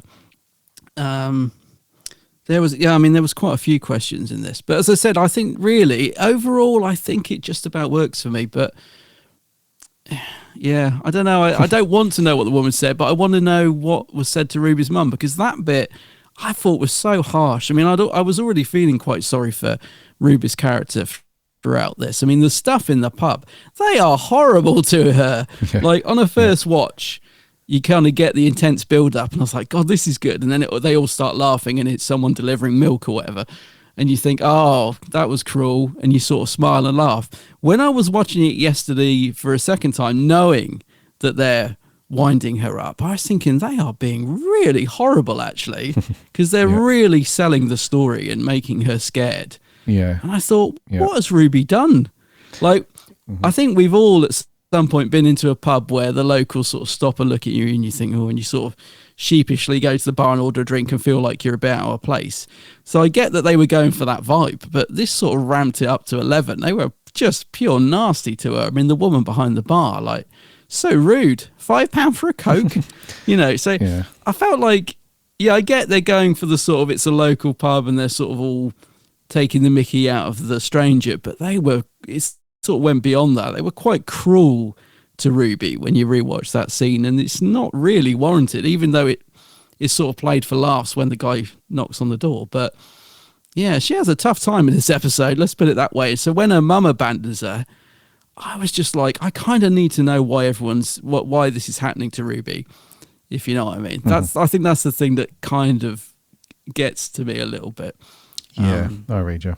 What was some of the questions that you did? Was there anything in this that bugged you where you feel like we should have had answers to, or do you think Russell left it just enough to make it, leave it open to interpretation? I think I think mostly he got the balance right in terms of leaving a few things open. The only thing that I was quite confused about was why the Doctor had disappeared in the first place. Yeah. After stepping through the circle, and Russell did allude on this a little bit in an interview. He did say that he said something profane has happened with the disturbance of the fairy circle. He said there's been a lack of respect. The Doctor, who's very respectful of alien cultures and alien life forms, has just walked through something very, very powerful. So something's gone wrong and something has just had to be corrected. So it's like Ruby had to spend a life of penitence in which she eventually does something good, which brings the whole thing full circle, which kind of forgives them in the end. So it's this theory about having a sort of a loop, So the Doctor had broken the loop by walking through the circle. But what I didn't understand was why. Okay, that's fine, but why did he seemingly vanish somewhere and Ruby didn't? And I understand from a physical point of view, yes, because he's the one that stepped on the thing.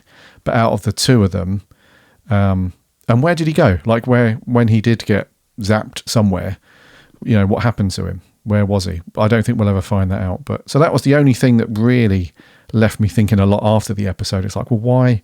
I get the whole thing with Ruby, but why the Doctor vanished and where did he go? Yeah, where did he go? Why was the TARDIS locked so that Ruby couldn't get in? Yeah. There was quite a bit. I mean, I don't think we're going to get answers to these. I think we're just expected to just go with it. Mm-hmm. Did you like? I loved seeing the TARDIS get all moth ridden as well. Yeah, that was cool. I just guess I loved seeing the TARDIS get all covered in moss and grass. That was this episode looked amazing. I have to say, watching it again yesterday, I was really struck by all the beautiful sweeping shots of the sea and the cliffs and the TARDIS on the cliff edge, and so it is and also the creepiness of it, like that weird tree that the woman stood under, and it's a really gorgeous looking episode, this one as well. Yeah, no, I agree. It looked really, really cool. And I'd just like to interject very quickly and say that do not let this episode put anyone off going to Wales, by the way. If you want to go to Wales and go down to some of the southern areas around, go past Cardiff and on your way to Swansea, you come to a lovely place, Gower, all down there, all where these sort of nice rural places are and these nice little country pubs. The people there are very, very friendly. They're not like how they were portrayed in this episode. So, but yeah, before we get on to some performances, dude, did you like the wrap up to the story as a whole? So we go through this thing where Ruby goes up and just lives her life essentially, and just puts up with the fact that this woman's just following her entire life. She just lives. She goes on dates and she does all that stuff. And then at the very end, it transpires that the old woman was Ruby herself. And then at the very end, where she's on the cliff top and she's looking over at the TARDIS as it lands and they come out of it, and she has that lovely little, oh, don't I look so young and all that stuff. But then as Ruby is walking further away from the TARDIS, just before the doctor steps on it, you hear this whisper come through, don't you, that says, "Don't step." It's like, "Don't step, Yeah. don't step." And then she stops the doctor from stepping in it, and then everything's right with the world again. So did you think that was a cool kind of conclusion to the craziness that you'd just witnessed? Or did you think, oh, that was it then? It was just Ruby all along. But like a Scooby-Doo moment. It was this person all along. Yeah, it was a bit of a Scooby-Doo moment for me, mate. I didn't like the wrap-up. I didn't like it on the first watch, and even though I knew it was coming on the second watch, it is disappointing because, as I said, the atmosphere and tension in the episode is so good up until that point. And when the old Ruby, you know, when she's in the hospital bed and the sort of, whatever you want to call it, the hooded Ruby is sort of turning towards it. It's real proper horror, and I loved it. It's when Doctor Who gets that real fine balance between being scary but enough for family viewing, especially watching that at midnight. I was just like, wow. But yeah, the wrap up didn't satisfy me on either watch, and I have to say I really enjoyed the first half of this episode a lot more than the second half. I think the first 20 minutes of fantastic of atmosphere and the build up of tension. It does start to lose it for me once we go back to see Ruby's mum. And then Unit come into it, which kind of brings me back into the story, but then they go off. And again, that's another thing that bugs me. What on earth could you say to Kate Stewart to make her do that? It does bug me, I have to be honest, the more I think about it. But anyway, so yeah, the second half, and then you got the stuff with Roger Guillem. That I still enjoy that part of the episode, but for me, like you said, I would have just stuck with the creepiness of keeping her in that Welsh village. That to me was where it was at its best. But yeah, so it does. I'm not saying the episode falls apart because I enjoy it overall, and it almost feels like three different stories, you know, glued together and made into one, really. But for me, the first half is better, and the middle bit's good, and then the actual conclusion I find unsatisfactory. I would say not disappointing, right. Unsatisfactory. Yeah, gotcha. Yeah, I feel it was a bit weird, wasn't it, to have for the old woman to transpire to it to be Ruby all along. And did you feel like this was building up to be a two-parter, mate? This is like I felt like there was so much more. There was so much more you could do with this episode. Like, even the character of Roger Guillem, I'm sure I'm saying that wrong, whatever his name is, even his character I thought he was going to be a big part of this series. I don't know why. I thought he was going to be like some overarching villain or something. And I liked his performance, by the way, not to jump ahead, but I thought he was quite creepy in it, quite good, you know.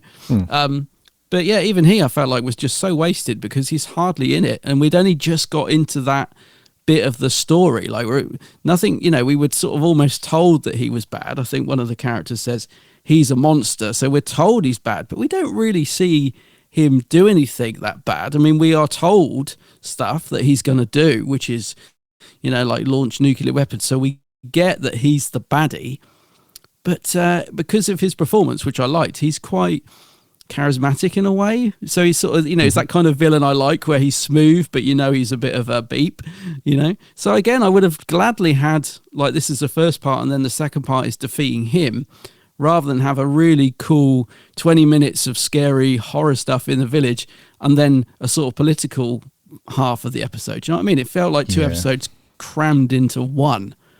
A two-part episode crammed into one. I mean, do you know what I mean? Yes, no, totally. Yeah, and it would have been, if they'd afforded it a bit more time, then it probably would have been I don't know, you probably would have been able to have dived into some of the stuff that was left unexplained, perhaps. We could have spent more time at the pub at the beginning, which was that whole creepy element, which I mentioned earlier. That would have been cool. So yeah, if it was a two-parter, dude, it would have been, and we could have had a bit more going on with Unit as well. So there's a cool piece, there's a cool scene in the episode where Kate Stewart turns up, which is good, and you kind of know what's coming, don't you, with this? You know, she's very confident about, because she mentions, doesn't she, that a lot of the soldiers within Unit have been like trained to repel sort of psychic influence and magic and all that stuff. Well, actually, I'm going to stick a pin there and come back to that in just a second. And then you can see like the massive weight lifted off of Ruby's shoulders as she's talking to Kate, because Kate's coming across as very, don't worry, we've got this. You know, we've been doing this for a long time. We know what the sitch is. Don't worry, we'll sort this all out. And she's like, oh, great, you know, because this has been driving me nuts, sort of thing. But then you know what's coming. You kind of know that they're not going to be able to fix this. And we have that really sort of heart-wrenching bit, a bit like when Ruby's mum speaks to older Ruby, where she can hear it coming through her earpiece. And she's like, you know, withdraw, do not engage. But it's too late, you know, she can hear it. And the unit just buggers off. But it was a cool little bit for unit, though, dude, because it was a different approach. It wasn't just unit turning up for the sake of doing what the Doctor tells them to do. They actually had their own agenda and their own sort of contribution to what was going on. So, yeah, not a bad little scene with unit turning up, dude. No, I liked them turning up, and I thought it was a good little moment in the episode, because you sort of feel a bit probably like Ruby felt. You think, unit's here now, everything's fine, we're going to get some answers, here comes unit. And then when they just zip off, they're like terrified and go. You're like, again, you're almost in Ruby's shoes of thinking, what? We're back to square one. She's on her own. What's she going to do? Yeah. So it was a kind of a nice little... kind of give you a little bit of false hope and then dropped you right back down again. So yeah, it was a good little moment in the story, I thought. Yeah, and it sounds like as well that we're going to be getting a little bit more sort of the fantasy element coming through, not just pure science fiction as well, because Kate says to Ruby, since, you know, the Doctor's not been around as much recently, we found that we've dealt with a lot more supernatural things recently.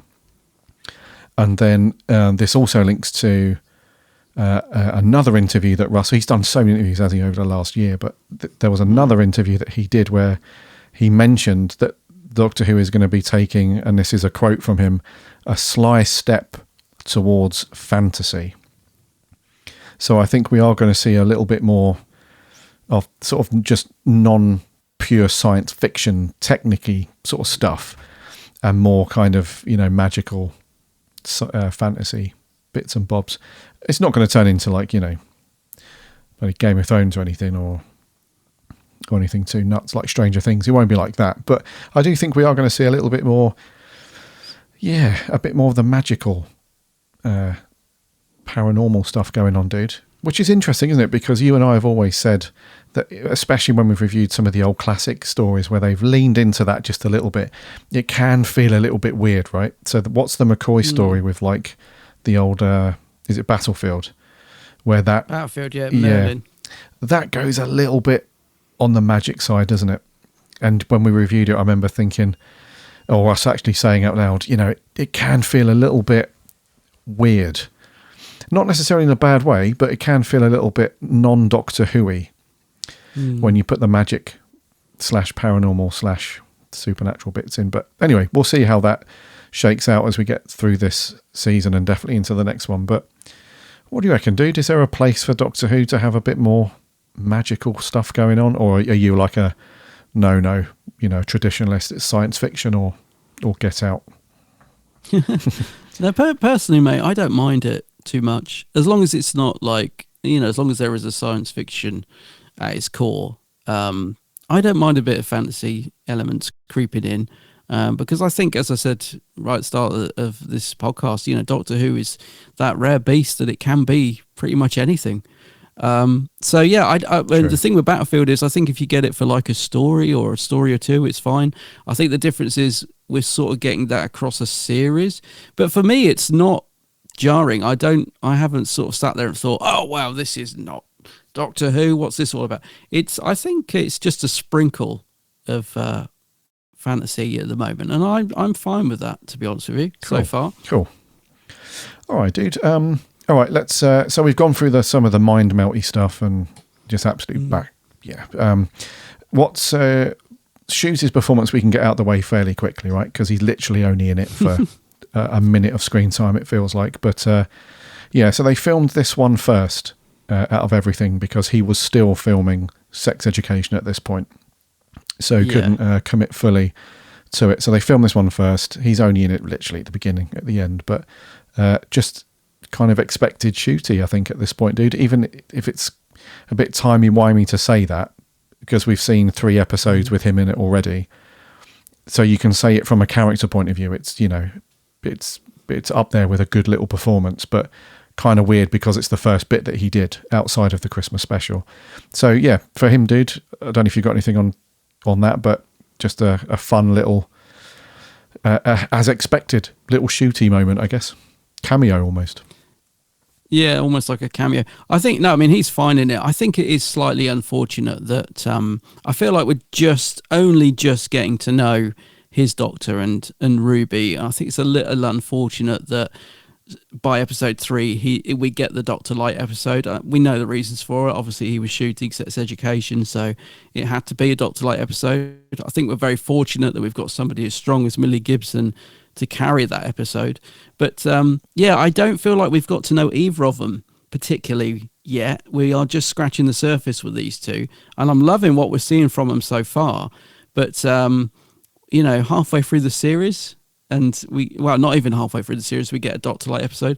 I think it's more the timing feels a bit out for me. Like if this was series 2, I think this would sit so well, but sort of so early on in his run as the Doctor, it's sort of a shame to see him taken out of the episode so early. But yeah, for the very minor few minutes that he's in it, he is just fun and great. And I think he may have nipped off to like H&M or the Gap store looking at his costume. Maybe he just realised he needed to take, you know, some stuff, because I don't mind what he's wearing, actually. I love his big duffel coat, but I just thought, God, he stepped straight out of like H&M, hasn't he? But yeah, so maybe that's where he went, mate. He just nipped back to the shops to get a matching hat or something. Yeah. But no, he was fine, mate, for the little he was in it. Yeah, true. Moving on to the star of the show then, really. So Millie Gibson as Ruby. And to be honest with you, mate, a real achievement for her, in my opinion, as an actress, because when she was, I think she's 19 now, but when she filmed this, she was only 18, and this is her first sort of big role outside of, because she was it EastEnders or Coronation Street she was in? Is it Corrie? I'm pretty sure. I think it's Corrie, I'm not sure. I don't watch the soaps, I hate them. Yeah, so she was in obviously a soap where it's shared amongst many other actors, right? It's not just her in it. So to be plucked out of that and then to be dropped into this where for 45 minutes you're pretty much the leading person and you're only 18, I think she did an absolutely belter of an episode, this one, dude. I'm really liking her kind of grit and determination. It's one of those things where you know, sometimes when you cast a companion and they're strong like this, it's so satisfying to see them just hold their own, both as a character when the Doctor's not around and also just as an actor, to make sure that you're still invested in the show, right? Because this could have quite easily been one of those things where when the episode was finished, a lot of people would say this really needed shooty. You know, she wasn't strong enough to do this, or the story was just flat without shooty. The fact that nobody's saying that is a real testament to her performance and her acting skills. So, dude, I thought she had an absolute, just brilliant story, and she was really good. I can see myself, this is one of the episodes that I can see myself watching a few times, mate, just because she was so good in it. About throwing her in at the deep end like this, for this to be the first episode she filmed, must have been so nerve-wracking, knowing that she's got to carry this episode. Like the Doctor is in it for like 30 seconds at the start and the same at the end. So knowing that going in must have been really daunting for her as an actor. And mate, hats off to her. She, for me, knocks it out of the park. I think she's absolutely brilliant in it. I've really grown to love the character of Ruby Sunday, even though, like I said, we don't know that much about her.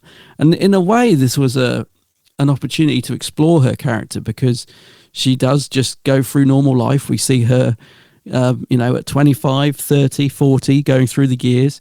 Although we should just say, and I know a lot of people have said this, they didn't age her very well. For me, it was quite jarring when this old lady suddenly appeared on the screen, a totally different actor playing Ruby at the end, it just felt like, okay, so she, I don't know, the aging process in this episode is probably one of the things I'll knock half a point off for, because sticking a wig and glasses on her does not make her look 40. You know, maybe some bags under the eyes, you know, just anything. But anyway, that aside, that's not her fault. That's down to the production and the makeup. Yeah, she was great in it, mate. She handles the emotion well, and you really feel for the character. So she is fast becoming one of my favourite new series companions. I really, really like Ruby Sunday. Same, dude. Yeah, I think she had a belter. She showed such great range in this as well. Like that happy-go-lucky, happy to be out on adventures with the Doctor at the beginning, to confusion as to what's going on. And then in the pub at the beginning, just that kind of, you know, this is really creeping me the heck out, but I'm going to stick with it because there's nothing else around here.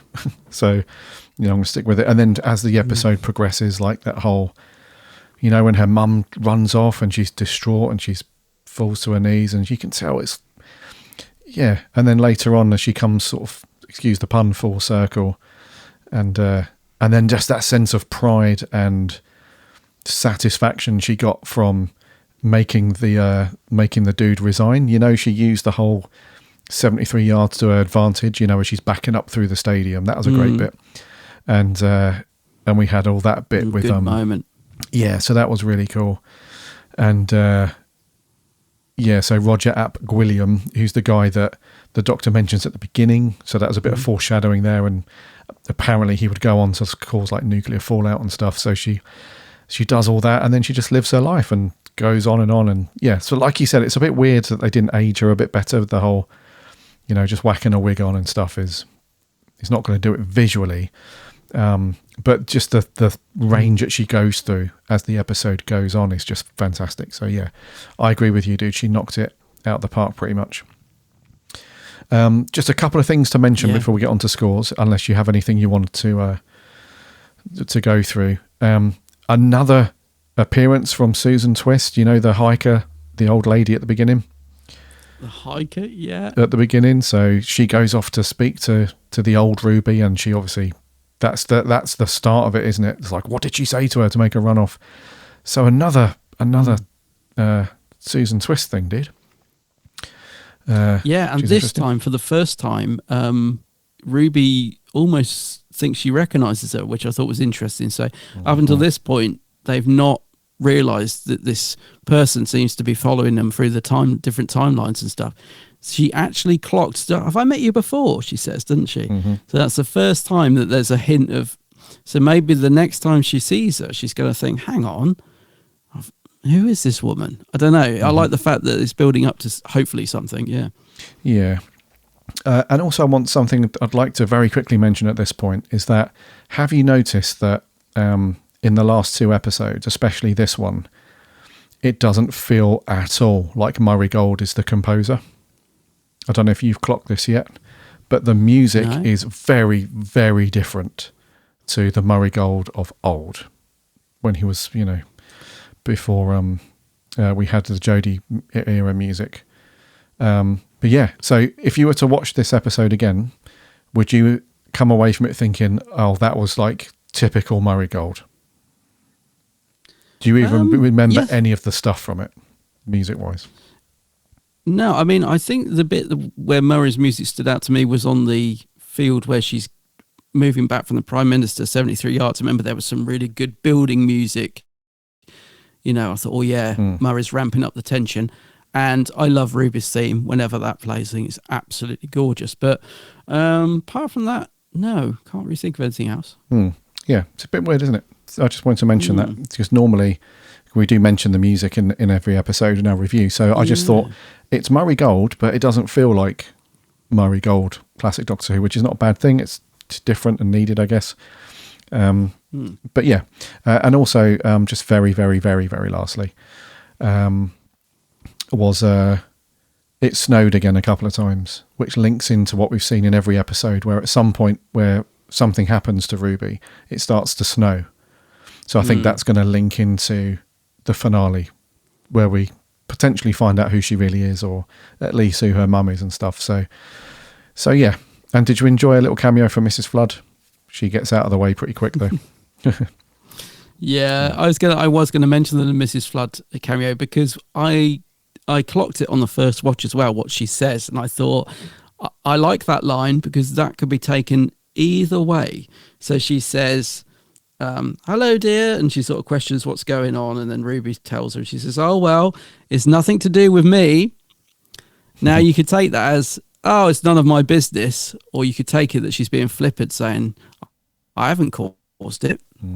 So a little bit of ambiguity, is that the word? Ambiguity around that line. Ambiguity, which I liked. Ambiguity, yeah. So a very, very short scene with Mrs. Flood, but could it mean something? Again, a little breadcrumb thrown out to us there as the viewer, so I like that. Yeah, it's good, wasn't it? Yeah.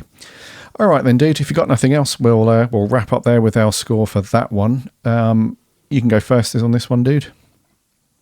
Yeah, I mean, on the first watch, mate, a bit like Boom, I was going to give this around an 8. But our second watch, still really enjoyed it overall, but I'm going to go down slightly. So I'm going to go 7.5. So same as Boom, but I think this is an episode I'd watch more, if that makes sense. I would, like you, I think I enjoyed this episode just slightly more. So if you wanted to be pedantic, you could say Boom was 7.3 and this was 7.5. But yeah, it's a good one, I think.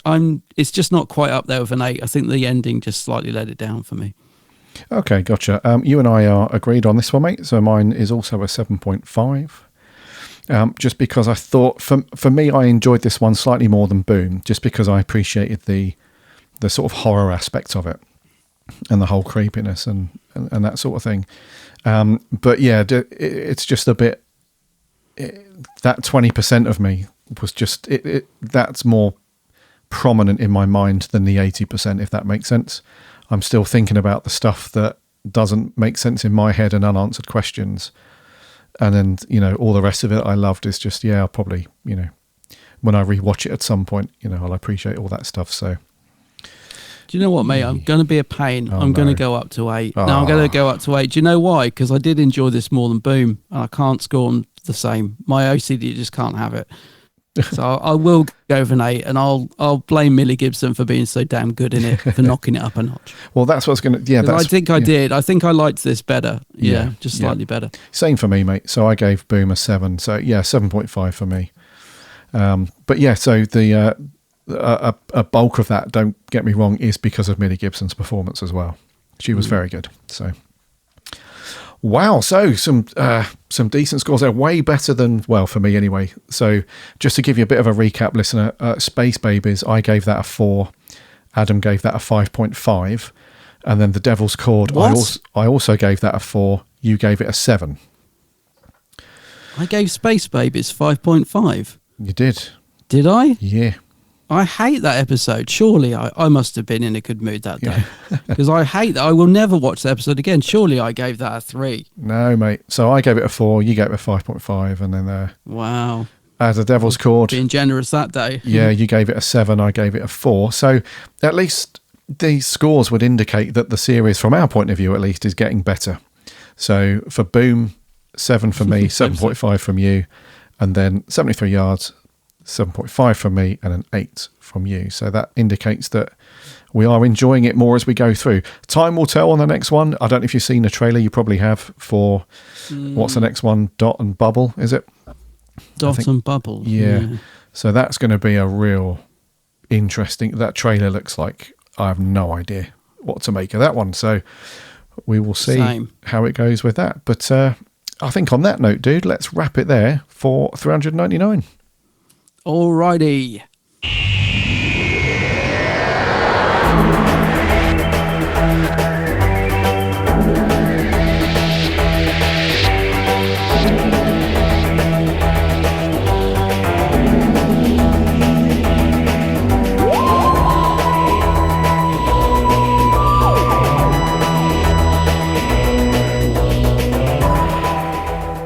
Thank you so much for listening to another episode of the Big Blue Box podcast. That was episode 399, and our review of Boom and 73 Yards, which we are quite enjoying, I have to say. Those scores are not too bad, so some good ones there. We'll be back next week, all being well, for our review of Dot and Bubble, which lands at midnight tonight in the UK, if you want to check that out, or on the usual stuff from tomorrow onwards. In the meantime, make sure you are following or subscribing to the podcast wherever you get your podcasts, so you won't miss an episode when it goes out every Friday. Plus, you get to check out the monthly roundtable episodes as well, which is always good fun with the writing team to go through all things Doctor Who. You can also listen for free over on the website, which is bigblueboxpodcast.co.uk, and you can check out all the reviews and articles from the writers there as well. There are also links to the socials. We chat Doctor Who throughout the week. Come and get involved over there, and we have a link to our very cool free Discord server. So come and hop in there and chat Doctor Who with lots of other Who fans. Also, don't forget to remember to check out my co-host's channel on YouTube. It is, once again, The Geek's Handbag. The Geek's Handbag, yeah, go check out my YouTube channel, also on all the socials, including our favourite TikTok. Yeah, don't forget TikTok. Go and check out Adam's wealth of stuff over there on TikTok. But seriously, yeah, go and check out Adam's channel, get a cup of tea, get comfy, check out Adam's stuff there, and he's on the socials too under the same name, The Geek's Handbag. So until next week for our review of Dot and Bubble, my name's Gary. My name's Adam. And remember,